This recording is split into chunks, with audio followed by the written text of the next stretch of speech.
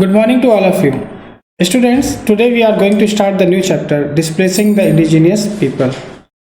And in this chapter, we are going to find out about the colonial rule and how the white people, especially those who are belong to the European countries, they treat with the colonial people.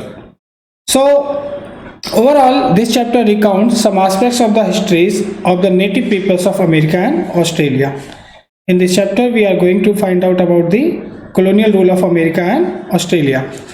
And from the 18th century, more areas of South America, Central America, North America, South Africa, Australia, and New Zealand came to be settled by immigrants from Europe.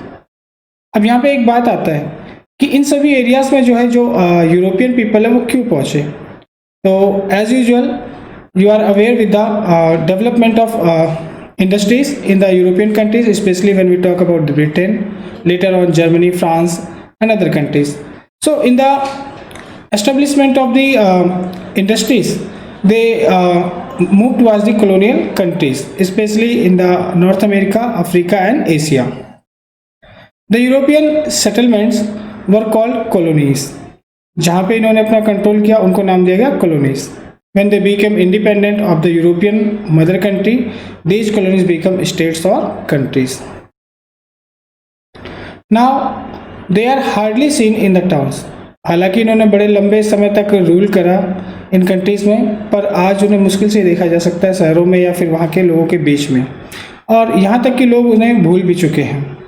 फिर भी there were many rivers or the cities that were named by these white settlers.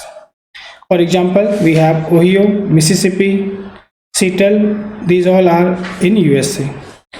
Saskatchewan in Canada, Wollongong and Parramatta in Australia. Till the middle of the 20th century, American and Australian history textbook used to describe how Europeans discovered the America and Australia. And when we talk about the history of the colonial people, they have nothing. Overall, all the books of that time contains the discovery or the एक तरह से तारीफ जो होती थी वो European people के बारे में ही ज़्यादा बिलोंग करती थी, और उन्होंने जो हिस्ट्री है उस हिस्ट्री को अपने हिसाब से ही मेंशन किया. शायद ही उन्होंने कभी जो कॉलोनियल पीपल थे उनके बारे में कोई बात कही या उनके बारे में उनकी हिस्ट्री को डिस्क्राइब किया. लेकिन समय के साथ साथ approximately in 1968 the native peoples means वो लोग जो उस देश के मूल निवासी थे, were encourage to write their own histories. और इन्हीं सोर्सों से ही हमें उनके इतिहास के बारे में पता लगता है. Today it is possible to read historical works and fiction written by native peoples, and visitors to museum in these countries will see galleries of native art and special museums which show the aboriginal way of life. Now, अब बात करते हैं European imperialism की. तो the American empire of Spain and Portugal did not expand after the 17th century. इसके पीछे भी एक रीजन था कि जो स्पेन और पुर्तगाल का अमेरिका पे कंट्रोल था वो 17th century के बाद जो है वो स्लो हो गया. उसकी जगह पे फ्रांस, हॉलैंड और इंग्लैंड इन्होंने अपना एक्सपेंशन तेज कर दिया. कारण फिर वही रहा, industrialisation. In the need of the raw material for the industries they were making control over the American continents, and in this way these countries, France, Holland and England, they became success to make colonies in America, Africa and Asia.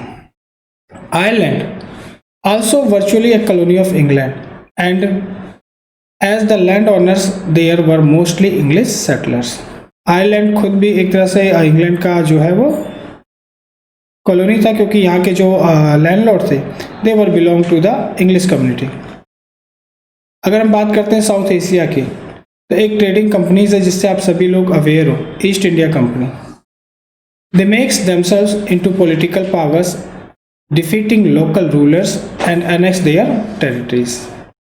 और इस east India company ने India में काफ़ी लंबे समय तक, लगभग 1857 में जब क्राउन का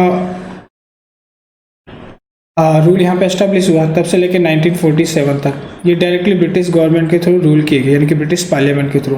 before it they were make rule in ever year 1757, पर इस समय तक ईस्ट इंडिया कंपनी का रूल था। और अफ्रीका में, in Africa Europeans traded on the coast except in South Africa and only in the late 19th century did they venture into the interior. और Africa continent की बात करते हैं अगर, तो वहाँ पे जो इनका जो ट्रेड था वो अधिकतर कोस्ट के साथ साथ के एरिया में था। इंटरनली वो ज़्यादा इंटर नहीं किया, क्योंकि अफ्रीका एक ऐसा कॉन्टिनेंट था जिसके रास्ते बहुत ही क्लियर नहीं थे, क्योंकि वो फॉरेस्ट से भरा पड़ा था। पर later on in the 19th century they enter into the Africa, और यूरोपियन जो थे इन्होंने एक एग्रीमेंट के तहत पूरे अफ्रीका को जो है डिवाइड कर लिया कि कौन सा हिस्सा किस यूरोपियन कंट्रीज के कंट्रोल में रहेगा। अगर आज भी आप अफ्रीका का मैप ध्यान से देखो तो आप देखोगे कि उसकी जो मोस्ट ऑफ द कंट्रीज है उसकी बाउंड्रीज ऐसे जैसे कागज पे खींची हुई सीधी लाइनों जैसी है, और इसी को नाम दिया गया कागजी विभाजन, क्योंकि इन्होंने अफ्रीका कॉन्टिनेंट को इंटरनली जाके डिवाइड नहीं किया था, मतलब अपना रूल एक्सपेंड नहीं किया था। इन्होंने अफ्रीका कॉन्टिनेंट को मैप के ऊपर ही डिवाइड कर लिया था। The word settler is used for the Dutch in South Africa, the British in Ireland, New Zealand and Australia, and the Europeans in America. ये जो settler word है, the official language in these colonies was English, except in the Canada.